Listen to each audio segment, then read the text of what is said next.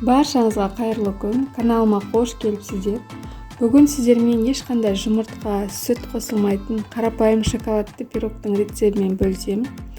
Ең алдымен каналыма тіркеліп, қоңырауша белгісін басып кетуді ұмытпаңыздар. Бірінші, үлкен шұңғылдау ыдысымызға 3 стакан електен өткізілген ұнымызды саламыз. Барлық заттарды осы стаканның көмегімен салып отырамыз, таразымен өлшеудің қажеті жоқ. Одан кейін толтырмай 2 стакан қант немесе қант ұнтағын саламыз.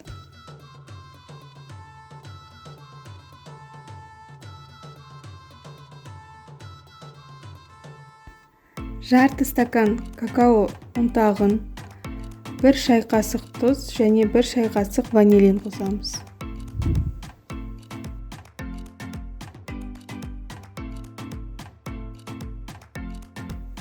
Және де 4 шай қасық қамыр қопсытқышымызды салып, құрғақ ингредиенттерімізді бір келкі масса болғанша жақсылап араластырамыз.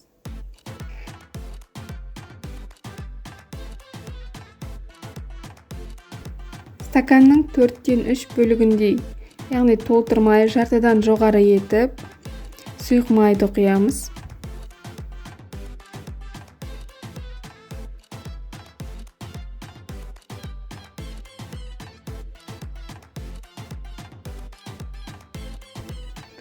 Одан кейін бөлме температурасындағы 2 стакан суымызды құйып, бір келкі масса болғанша жақсылап араластырамыз.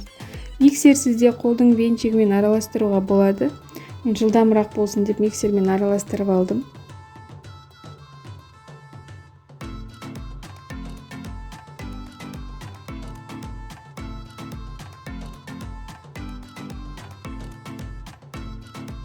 Дайын болған массамызды формамызға құйып, қызып тұрған пеште 180 градуста 40-45 минут пісіріп аламыз.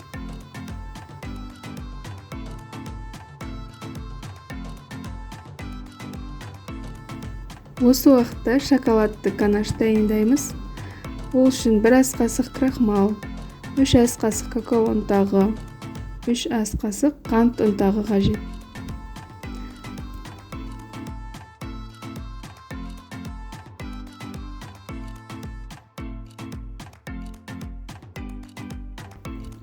Енді 5-6 ас қасық суымызды құйып, бір келкі болғанша жақсылап араластырамыз. Өте дәмді болып шығады.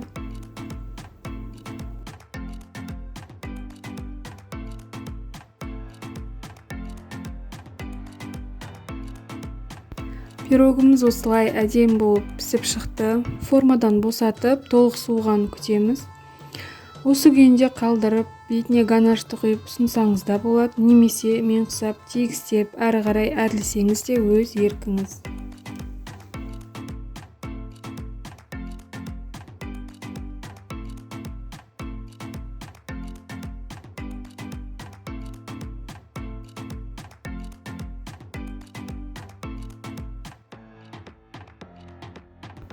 Осымен құрамы өте қарапайым, оңай дайындалатын шығынсыз пирогымыз дайын.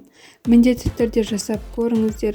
Видео ұнаса тіркеліп, достарыңызбен бөлісуді ұмытпаңыздар. Сіздермен болған Нұргүл, ас болсын.